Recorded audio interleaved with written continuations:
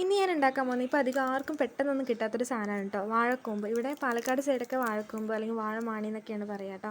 അപ്പോൾ അത് ഉപ്പേരി വയ്ക്കാൻ വേണ്ടിയിട്ടാണ്. അതിന് വേണ്ടി കുറച്ച് മഞ്ഞൾപ്പൊടി ഉപ്പിട്ടിട്ട് വെള്ളം ആദ്യം റെഡിയാക്കി വെച്ചു. അതിലേക്ക് ചെറുതായിട്ട് നമ്മൾ അരിഞ്ഞിട്ട് ഇട്ട് വയ്ക്കുക. കുറച്ച് നേരം ഇട്ട് വയ്ക്കുമ്പോൾ അതിൽ കറയൊക്കെ അതിൽ പിടിക്കും.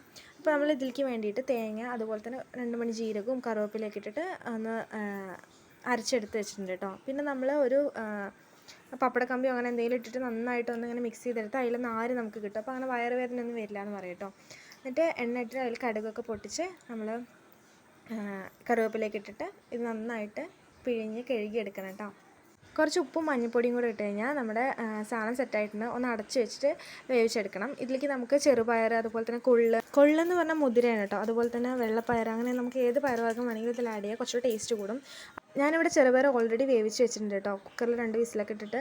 അപ്പോൾ അധികം വെന്ത് പോകാത്ത രീതിയിൽ വേണം വേവിച്ചെടുക്കാൻ വേണ്ടിയിട്ട്.